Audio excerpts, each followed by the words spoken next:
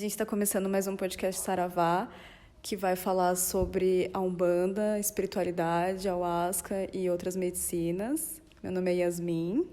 Meu nome é Bárbara. Meu nome é Adriano Oliveira, dirigente do Instituto Espiritualista Universalista Pazem. Meu nome é Dani Lima, sou terapeuta e dirigente do Instituto Pazem. E a gente queria começar perguntando para Dani e para Adriano como é que foi que eles encontraram a Umbanda e como é que foi essa vivência, assim.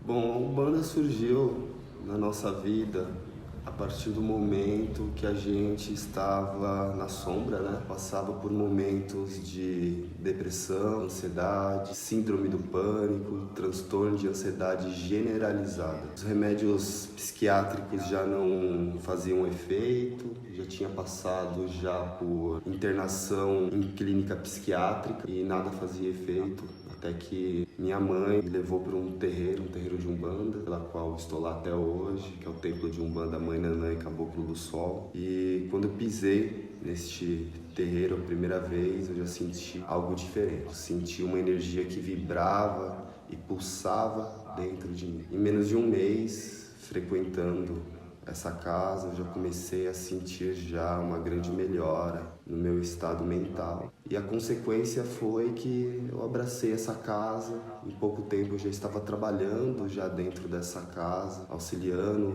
outros irmãos, né? Muita gente fala que o caminhar dentro da Umbanda vem pelo amor ou vem pela dor. No meu caso, ela veio pela dor, mas a partir dessa dor, a gente recebeu um aprendizado.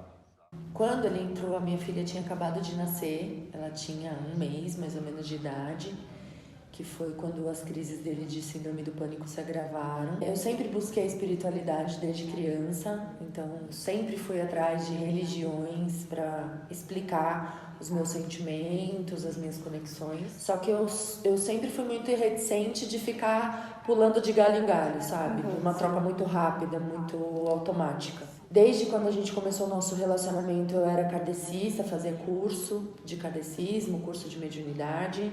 Um pouco antes da gente se casar, a gente começou a frequentar uma igreja evangélica. Nós casamos, inclusive, numa igreja evangélica. Só que chegou um momento que ela não correspondia mais aos meus anseios e expectativas espirituais.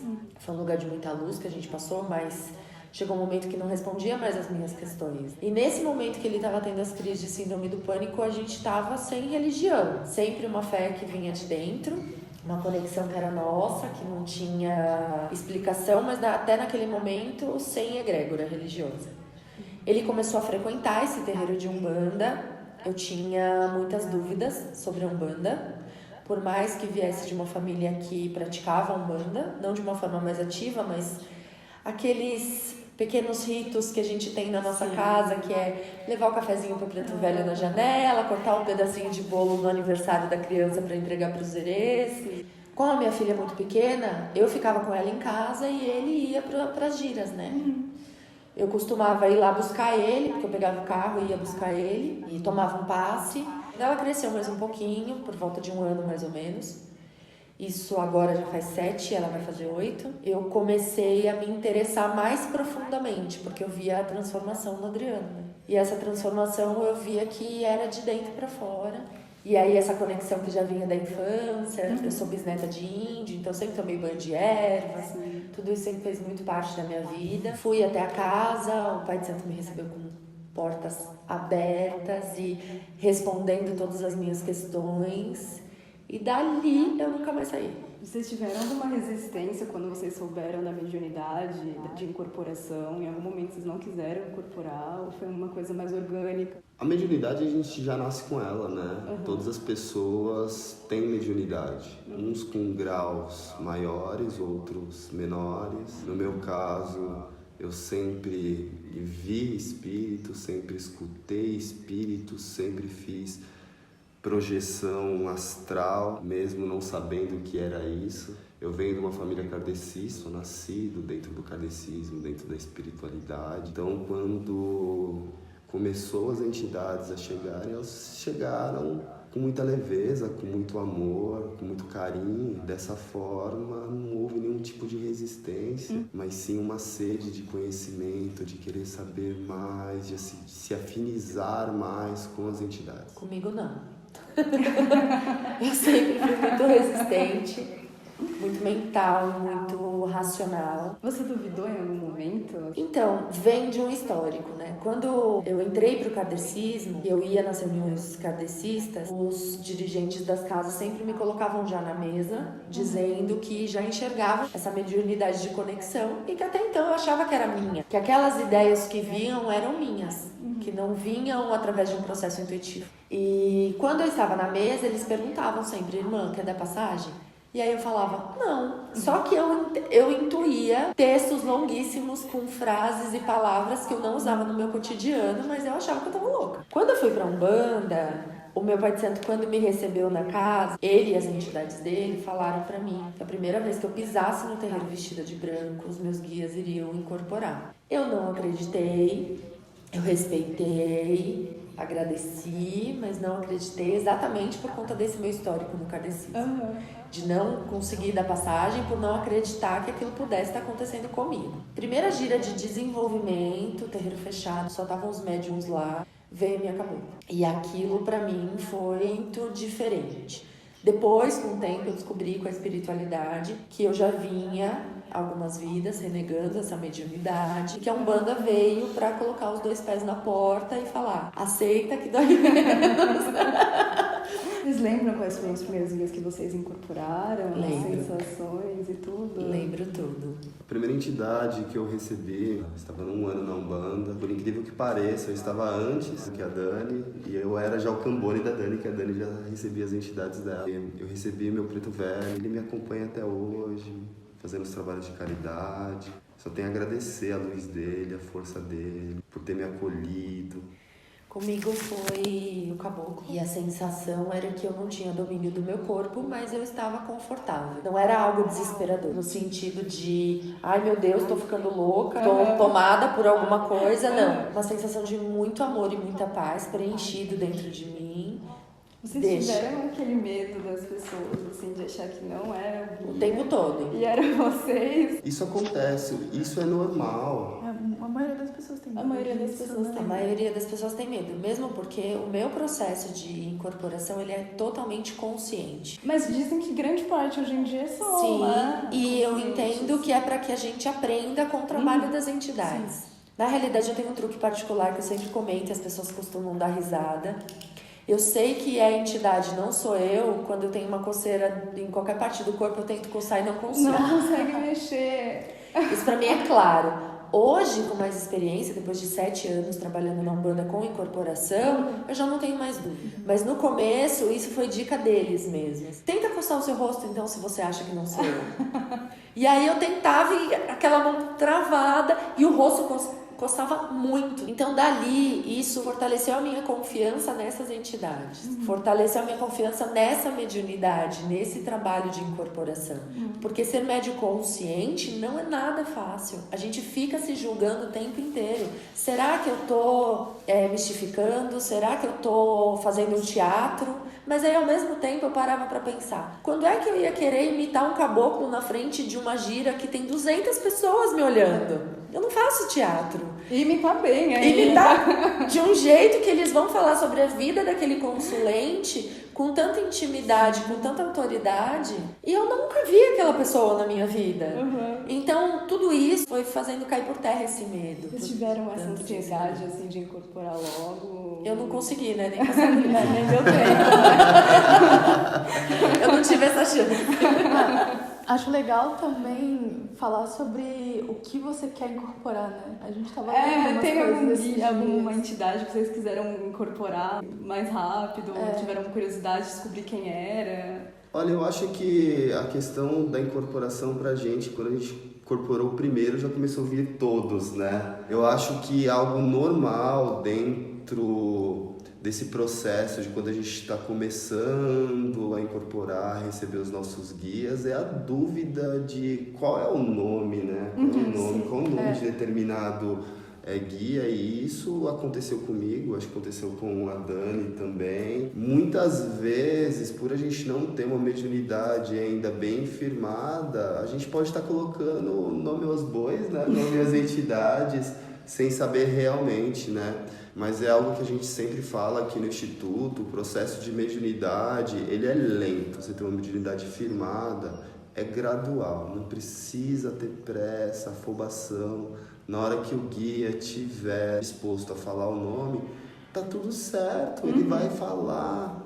Se não for o momento, ele não vai falar. Eu tenho uma história engraçada com o nome de guia. A minha pombogira, durante anos, não falava quem era. Perguntavam pra ela falava, só me chama de Maria. Se quiser me chamar, só me chama de Maria. Ela só respondeu pra entidade-chefe da casa.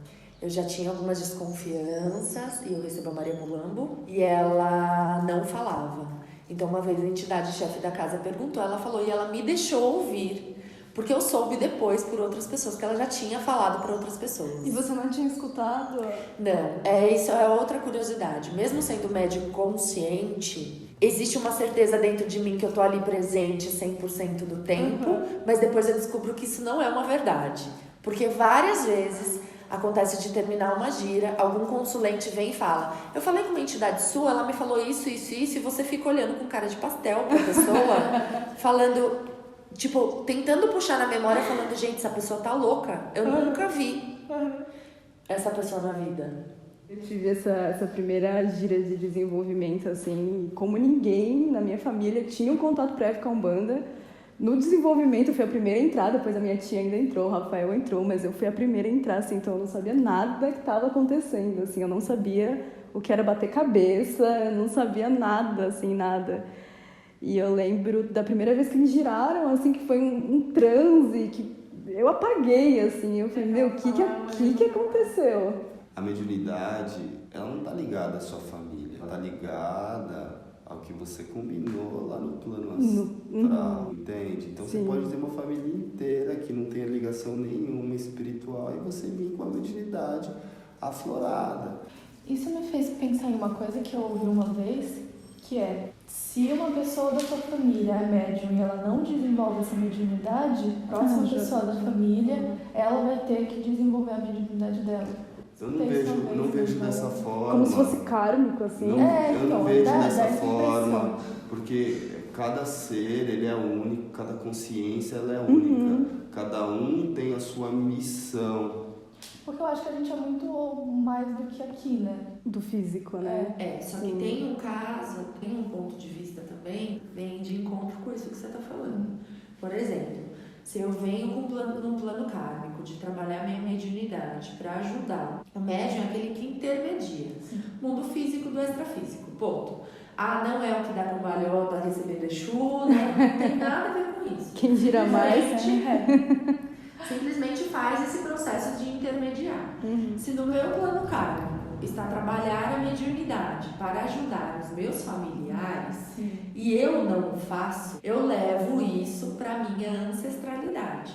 Como? Porque eu deixei de ajudar. Então talvez, se eles não buscarem outros mecanismos de ajuda, isso ao invés de virar um dharma, que seria um karma positivo, isso pode gerar um karma. De acordo com algumas linhas espiritualistas, eu volto para reencarnar nesta mesma família para poder cumprir aquilo que, como minha tataravó, eu não consegui. Então, não necessariamente é porque eu passei o karma para a minha descendência. É porque eu venho com a minha descendência cumprir o meu papel naquele sistema familiar que eu não consegui na minha encarnação anterior. Vocês já fizeram alguma regressão, assim? Eu sempre tive curiosidade. Eu sou psicanalista, né? Eu faço regressão. E aí? Eu faço regressão trabalhando. Faço vários exercícios de regressão. Não indico e não é toda pessoa que é capaz de fazer regressão. Ajudar, né? Quanto mais mental, quanto mais racional, menos é a capacidade dessa pessoa se entregar no processo de regressão. A própria ayahuasca faz regressão o tempo inteiro. Então, quando eu consagrei a ayahuasca, eu achei que eu ia ver várias coisas, assim, eu não vi quase nada. Você só consagrou uma vez, né? Então, na primeira vez eu achei que eu ia ver várias coisas. A primeira consagração, ela vai, só tira a poeirinha do lugar por cima. Você só consegue se aprofundar. A gente que trabalha com o ramo ayahuasqueiro, a gente costuma dizer que precisa precisa fazer a consagração de no mínimo 4 vezes para você entender qual é o trabalho da ayahuasca na tua energia. Não precisa ser 4 vezes no mesmo lugar, mas 4 vezes em contato com a madre, ela vai começar a se aprofundar. Porque, primeiro, quando a gente é muito mental, muito para fora, muito ainda na Matrix, no sentido de eu preciso pagar boleto, eu preciso isso, eu preciso aquilo, e não olha para dentro, ela precisa começar a quebrar essas amarras que a gente mesmo faz. Não quero olhar para dentro porque dói, não quero, imagina, isso é besteira, espiritualidade não vai me levar a lugar nenhum, se eu for uma pessoa espiritualizada eu vou passar fome. Tudo isso é crença do inconsciente coletivo que faz com que cada vez mais a gente se distancie dessa nossa essência. E a ayahuasca, primeiro, ela precisa quebrar tudo isso.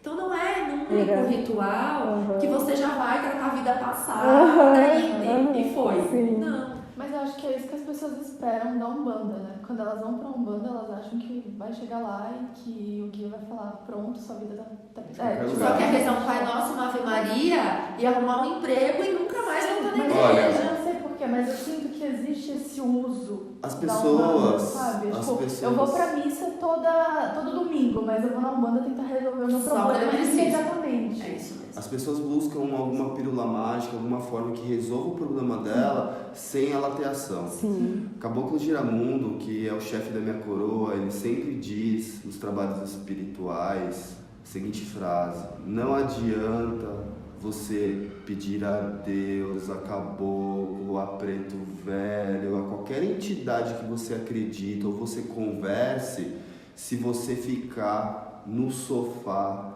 deitado, esperando as coisas acontecerem.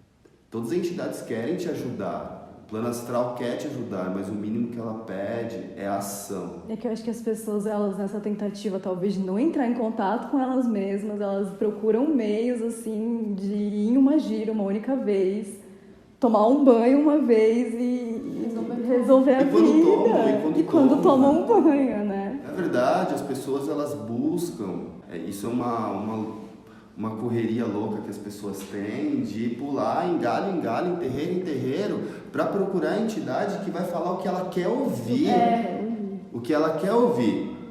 Porque o que ela tem que ouvir dói, né? Dói. E a pessoa não Entende? quer. Então ela acha o caminho mais fácil. Ela quer resolução do problema, ela não quer se mudar. Ela não quer se repaginar.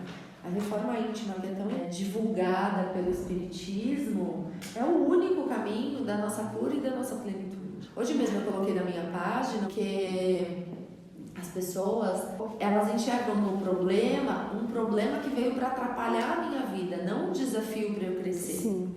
Então ela só olha o problema, ela fala, eu quero que alguém resolva. Isso não está indicando que eu preciso mudar. O que na realidade é a verdade. Se vem um desafio para mim, é para mudar quem eu sou. Não para eu me entregar para aquele desafio, a minha vida não presta, porque tudo é uma droga, porque não. Ele vem como um fortalecedor dessa nossa verdade. O outro, o mundo, o universo é um espelho. Ele só está mostrando para mim aquilo que tem dentro de mim.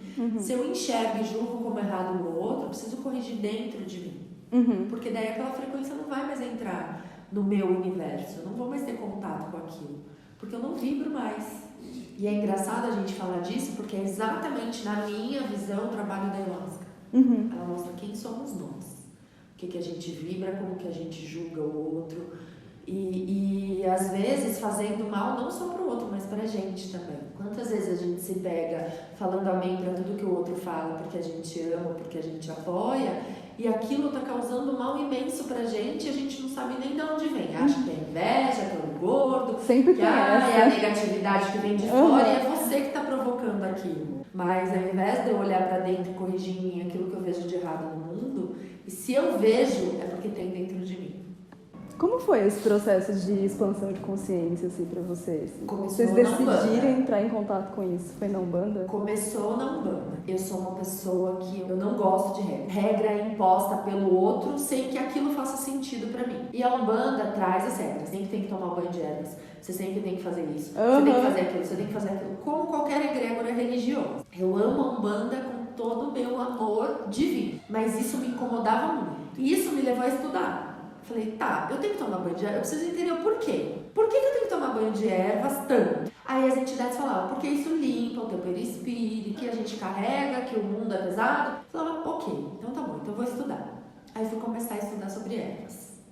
Que a ervas tem um magnetismo, por exemplo, a arruda, que é tão falada, ela tem uma vibração mais densa e aquilo atrai um imã de negatividade do que está na gente para a erva. Por que uma arruda morre tão fácil quando ela tem contato com outras pessoas? Porque ela pega toda a negatividade do outro. Já começou a abrir o meu sentido para outras percepções. Pera, não é só uma regra imposta sem nenhum fundamento.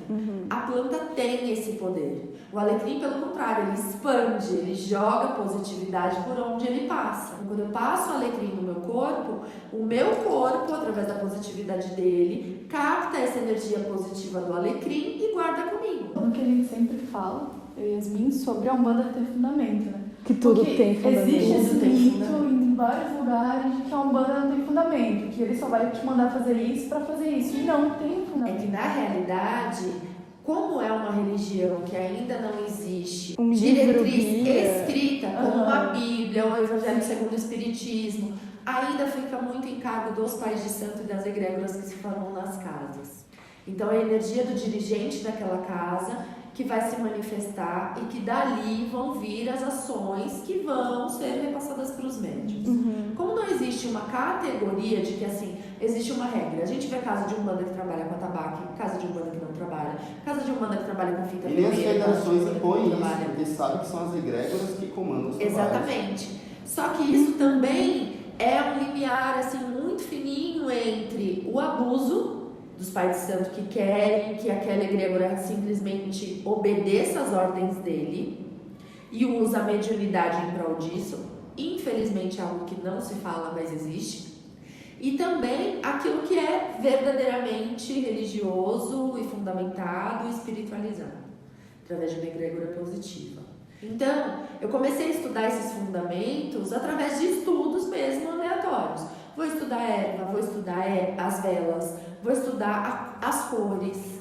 Na realidade, a Umbanda, ela não trabalha os orixás como no candomblé, como santidades. Os orixás, eles são representações de forças da natureza. Então, por exemplo, Ogum trabalha na força do ferro. O ferro a gente tem no nosso sangue, é o que nos dá força e vigor para trabalhar. Então, quando a gente imagina a entidade Ogum na Umbanda, ele vem forte, ele vem para lutar, ele vem para caminhar, ele vem para te dar a impulsão que o ferro traz já no nosso corpo, dentro do nosso sangue. Então, o estudo fez para mim todo sentido de entender esses fundamentos que a Umbanda trazia. Então, o que é a expansão da consciência que você me perguntou? Para mim, é o início disso tudo.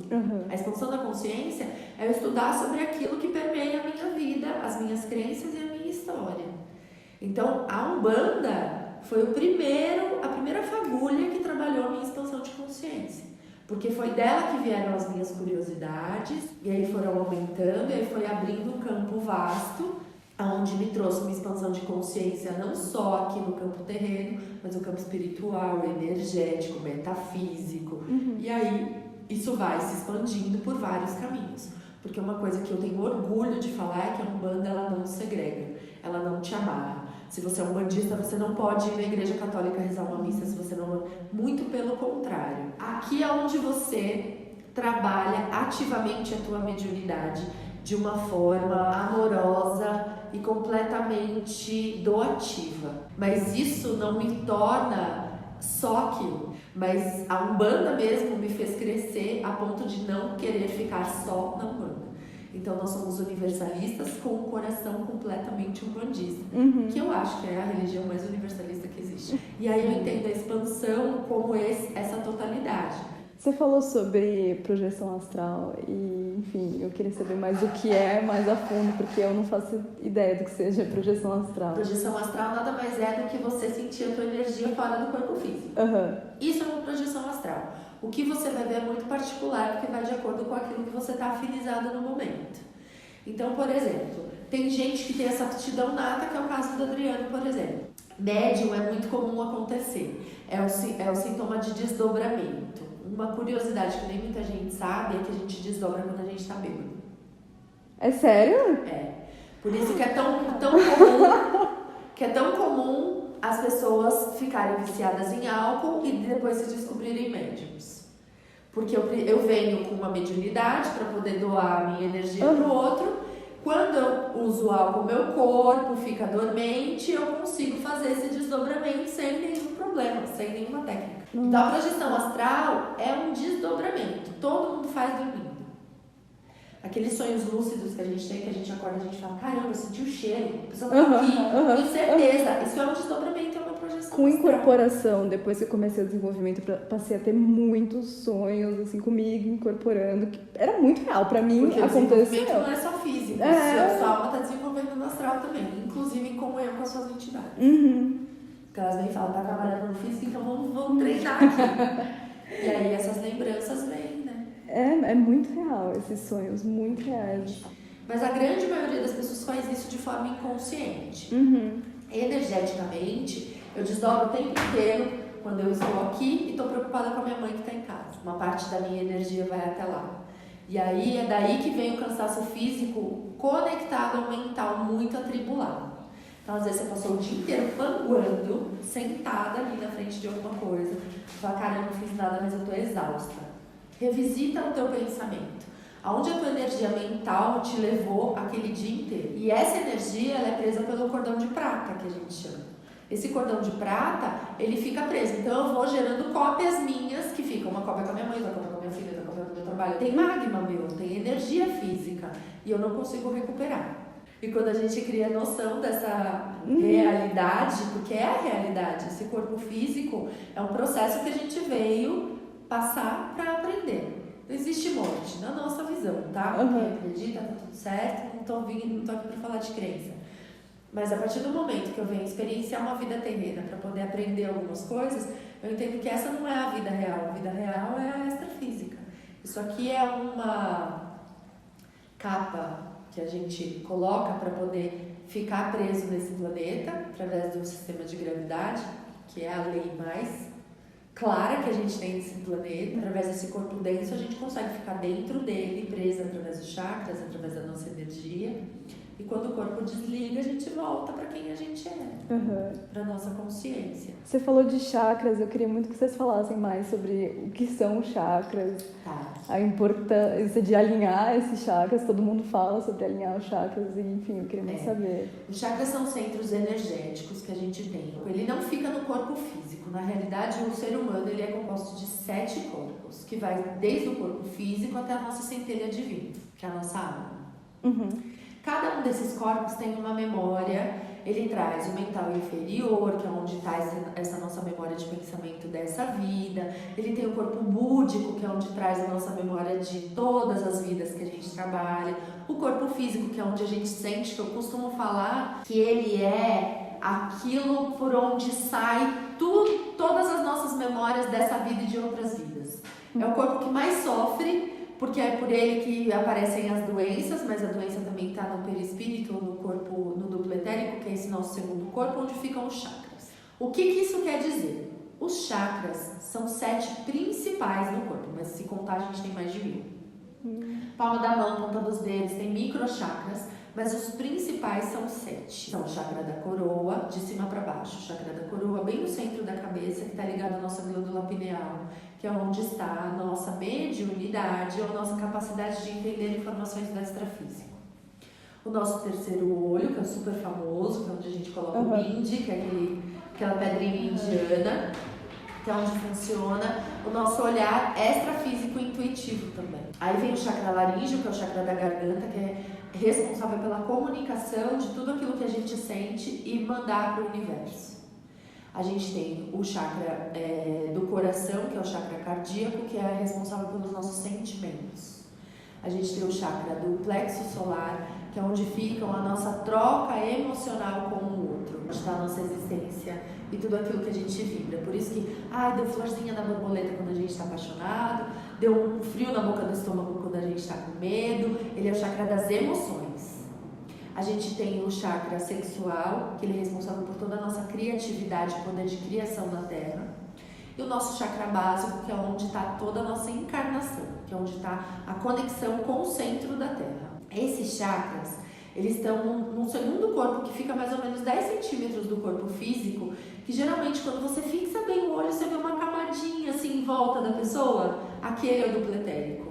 Todos esses chakras, quando eles estão desalinhados, eles podem trazer qualquer tipo de problema ou enfermidade no corpo físico, além do emocional também. Então, por exemplo, eu tô me sentindo muito carregada. A própria incorporação ela é feita pelo plexo solar. Eu ia perguntar isso agora. Porque é aqui que se conecta com as nossas informações. Por exemplo, eu tô com um problema no estômago, que tá ali na região do plexo solar. Provavelmente, quando eu vou abrir um olhar energético para isso, que daí sim eu trabalho isso como terapeuta, existe um desajuste ali naquele chakra. Então, a gente acredita que todo problema físico foi gerado primeiro na energia e o corpo físico é aquele que põe para fora. Então, a limpeza através de uma doença, ela não é uma negatividade, ela é uma deformidade sendo colocada para fora através do corpo físico. E os chakras, quando eles estão desalinhados, geralmente isso se propaga no corpo físico. Então, eu tô com uma dor de garganta, provavelmente, na metafísica a gente estuda muito isso, é algo que você não tá querendo engolir, que alguém te falou, que parou ali, e aí o corpo, o chakra desalinha, o corpo físico causa uma infecção, que é pra quê? Pra pôr aquilo pra fora. Provavelmente porque eu não falei, eu não me expressei, porque o laríngeo é o chakra da expressão. E olha quanta mulher tem problema de dor de garganta porque não se expressa. Porque mulher tem que falar baixo. Ou homem mesmo, né? O homem não chora. E aí o cardíaco fica completamente bloqueado. Eu preciso colocar aquela emoção para fora. Por que o homem morre tanto de ataque cardíaco no mundo? A depressão. Eu não estou presa na terra, aí é um problema direto do chakra básico. Então tem várias coisas que vão se explicando através do chakra. Mas manter isso alinhado e limpo é uma condição de saúde muito mais eficaz. Quando as pessoas ouvem falar sobre incorporação, geralmente as pessoas acham que, sei lá, a sua alma sai do corpo e entra a alma de outra pessoa no seu. Isso é impossível, né? Se a sua alma sair do corpo, você morre. Exatamente. Tem ligação com assim. chakras. Tanto que quando a gente faz desdobramento, viagem astral ou nos próprios sonhos, a gente fica preso no corpo através de um cordão. Seja o fio de prata, fio de ouro, cada filosofia tem o nome desse fio, uma conexão. Pode ser pelo umbigo, pela testa, pelo pineal, pelo terceiro olho, ok, mas assim, a gente entende que é assim. Na realidade, o processo de incorporação é um acoplamento dos chakras dessa entidade no meu chakra. E aí o meu corpo físico, como ele corresponde a todo esse mecanismo que é vindo através de uma informação dada pelos chakras, ele corresponde a esse acoplamento. Então, por isso que quando vem o caboclo ele brada, quando vem o preto velho ele vem mais abaixadinho, quando vem uma pombagira ela gosta de girar, um baiano ele gosta de pisar, e aí vai. É uma forma de limpeza, isso tudo? Também. As próprias ferramentas da Umbanda são formas de limpeza. O álcool, a bebida, o fumo é uma defumação. Ele usa o magma do médium. Então, por que existe o processo de incorporação? Porque a entidade ela precisa de energia vital que só o ser encarnado tem. Porque é ela que limpa o outro. Então ela pega, manipula a energia de quem está encarnado para poder limpar o outro encarnado e assim, concretizar. Porque assim, o que eles podem dar pra gente é doação de energia. Mas magnetismo, que é o que vibra o nosso corpo físico, é só de quem tem magnetismo para quem tem magnetismo. Uma entidade não tem magnetismo. Bom, então a gente queria que vocês falassem um pouco sobre essas medicinas, ayahuasca, rapé, tudo. O que são essas medicinas, como foi as primeiras experiências de vocês, como é até hoje, tudo isso. A ayahuasca é uma bebida indígena que tem dois componentes nela. Um é a folha da chacrona e o outro é o cipó do jagupe. É um chá. Esse chá, quando a gente consagra ele, quando a gente toma ele, depois de 30 minutos a 1 hora, a gente começa a sentir os efeitos desse chá, que vai da expansão da consciência até as mirações. As mirações, elas são como se a gente tivesse sonhos lúcidos. Quando a gente abre o olho, a gente sabe onde a gente está, as pessoas que estão do nosso lado. Então, quando a gente toma a medicina, a gente não sai do nosso corpo, a gente está ali. A medicina, ela abre o nosso terceiro olho, que é o olho espiritual, e dessa forma a gente consegue passear pelo nosso passado, pelo nosso presente, pelo nosso futuro, ir para outras vidas, colônias espirituais. E a medicina, a ayahuasca, ela vai mostrando o porquê das situações, detalhando os nossos medos, mostrando as nossas sombras, falando o porquê disso, o porquê daquilo, o porquê eu sofro, o porquê eu não sofro. E dessa forma, aprofundando dentro do nosso eu, afundando cada vez mais, ela vai mostrando a verdade. Existe também uma outra medicina que a gente consagra, né, que é a medicina da sananga. É um colírio indígena que a gente pinga no olho, que arde muito. Mas é uma medicina também que alivia o nosso mental, ficar pensando tanto no passado, no futuro, coloca a gente no agora. Ele abre o nosso terceiro olho. É uma medicina também muito boa para quem tem problema ocular, diminui grau de visão. E existe também uma outra medicina que a gente consagra, que é o rapé. Rapé é a mistura de tabaco e cinza de algumas árvores. Então existe rapé para auxiliar a pessoa no processo de ayahuasca, para ela entrar nessa força, nessa conexão com um vegetal mais rápido. Existe rapé para quando a pessoa está muito na força, muito na força, tem que dar uma diminuída, a gente aplica o rapé. Como existe rapé para várias outras funções. Rapé para depressão, rapé para ansiedade, rapé para dor de cabeça, rapé para dar energia. Aqui mesmo, uma casa que a gente trabalha com mais de 40 tipos de rapés. Então tem rapé para auxiliar no sagrado feminino, e aí vai, uma infinidade muito grande.